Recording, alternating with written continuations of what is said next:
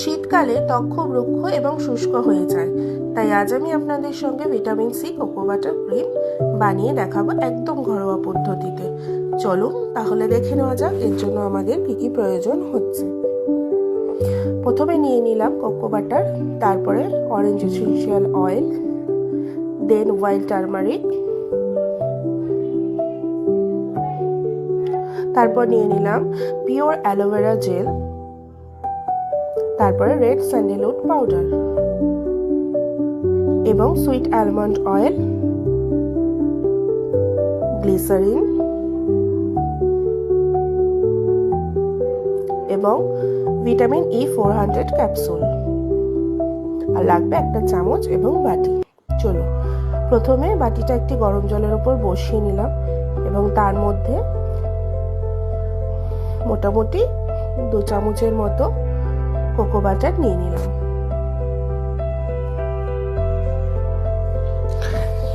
Melt হতে একটু সময় নিচ্ছে ঠিকই, আপনারা চাইলে মাইক্রোওয়েভে ইউজ করতে পারেন, একটু সময় সাপেক্ষ।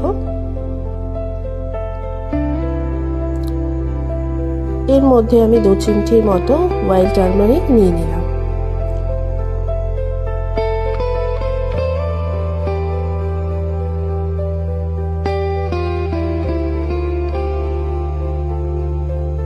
দেখুন মোটামুটি মেল্ট হয়ে গেছে, একেবারে মেল্ট হয়ে গেছে। এরপর আমি একটু ব্লেন্ড করে নেব যাতে একটু ক্রিমি টেক্সচার তৈরি হয়ে যায়। আপনারা দেখতেই পাচ্ছেন আস্তে আস্তে ঘন হয়ে যাচ্ছে।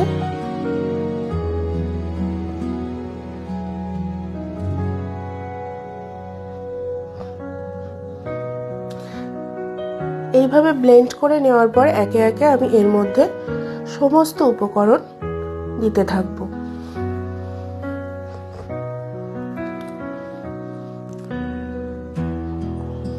প্রথমে আমি নিয়ে নিলাম অ্যালোভেরা জেল 2 চামচের মতো, যা স্কিনের জন্য খুবই উপকারী।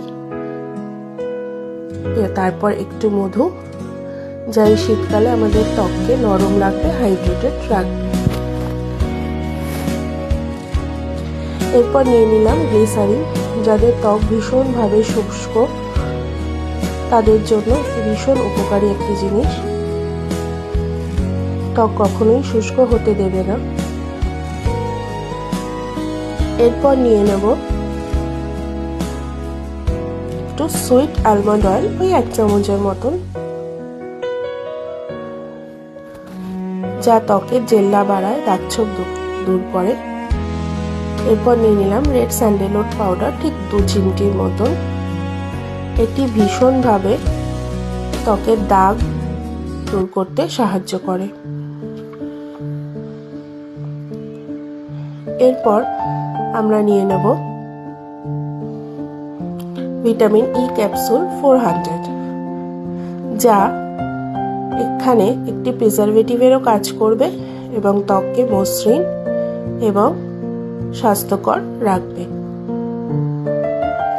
ভিটামিন ই ক্যাপসুল সেবনের ক্ষেত্রেও ভীষণভাবে উপকারী, তাতে চুল, ত্বক ভীষণভাবে স্বাভাবিক থাকে, খুব সুন্দর থাকে।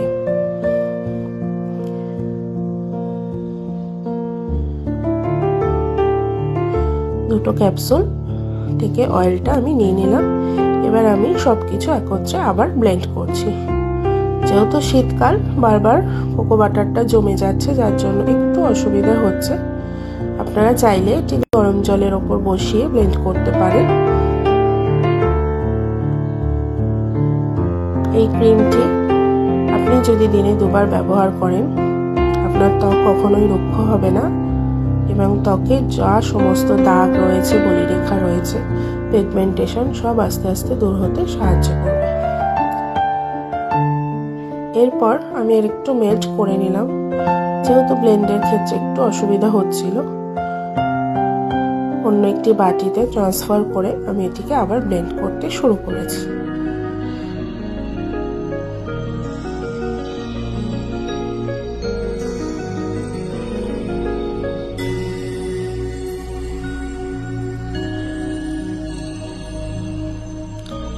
একটু হয়তো এদিক ওদিক ছিটতে পারে, যেহেতু ব্লেন্ডটা বাটিতে করবেন আপনারা, সেক্ষেত্রে একটু সমস্যা হবে, কিন্তু জিনিসটি খুবই উপকারী আমাদের ত্বকের জন্য। ঘরোয়া পদ্ধতিতে এটি আপনারা বানিয়ে নিলে 1 মাস খুব ভালোভাবে আপনার চলবে। এই ক্রিমটি দিনে 2 বার যদি স্কিনে অ্যাপ্লাই করেন, অবশ্যই স্কিনকে পরিষ্কার রাখতে হবে। এবার আমি সমস্ত ক্রিমটি একটি কন্টেনারে শিফট করে নিলাম। আমার কাছে কাচের ছিল না, তাই জন্য আমি বোরোলিনের কৌটো ভালোভাবে গরম জলে ওয়াশ করে দেন আমি এখানে স্টোর করছি। এবার এর মধ্যে আমি দেব ভিটামিন সি এসেন্সিয়াল অয়েল।